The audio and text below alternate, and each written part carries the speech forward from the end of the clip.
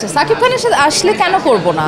উনি আমাদের বাংলাদেশে অনেক বড় একজন অভিনেতা, একজন বড় হিরো। আরও অনেক নায়করা আছে যার সাথে কাজ করার আমার সুযোগ হবে, করব, কেন করব না? এখন তো অনেক ভালোই দেখছি, এতগুলো প্ল্যাটফর্ম ক্রিয়েট হয়েছে, ওটিটি, ইউটিউব, এতগুলো প্ল্যাটফর্ম ক্রিয়েট হয়েছে, তো অবশ্যই ভালো, খারাপ তো না। সব জায়গাতেই ওটিটি প্ল্যাটফর্ম অনেক দারুণ।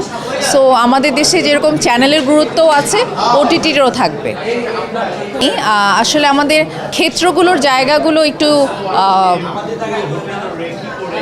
একটু ডিফারেন্ট হয়ে গেছে। যেরকম ছোট বাজেটের কাজ হয়, সেই ছোট গল্পগুলো অনেক সময় ভালো হয় না, সেগুলোকে ভালো করে প্রেজেন্ট করা হয় না। আপনি যদি ভালো কাজ দেখেন, এখনও ভালো ভালো কাজ হচ্ছে চ্যানেলে, অনেক ভালো ভালো কাজ হয়, ভালো ভালো কন্টেন্ট হচ্ছে, বঙ্গতে, হইচইতে, সব জায়গাতে তো ভালো ভালো কাজ হয়। কে কে বলেছে হয় না? অবশ্যই হয়। আমরা দেখতে পারি না জাস্ট বিকজ অফ আমাদের ফেসবুকের রিলসের জন্য। রিলসে এত ছোট ছোট কিছু কাজ হয় যেগুলোর জন্য আসলে আমাদের ভালো কাজগুলো চোখে পড়ে না। তারা আসলে নায়িকা হয় কি না আমি জানি না, আমি তো একজন আর্টিস্ট, সেটা আমি জানি। না না, আই ডোন্ট মাইন্ড। যার টিকটক করতে হবে সে টিকটক করবে, যার ফেসবুক রিলস বানাতে হবে সে ফেসবুক রিলস বানাবে, কোনোটাই খারাপ না।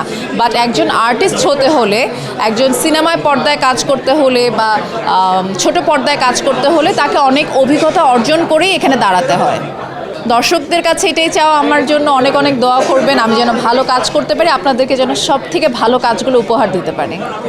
নতুন বছর নিয়ে ভাবা এটাই, যেন খুব ভালোভাবে কাজ করতে পারি, মানুষের মন জয় করতে পারি, খুব সুন্দর মনের মতো যেন একটা কাজ আমার কাছে আসে, এটাই আশা করছি।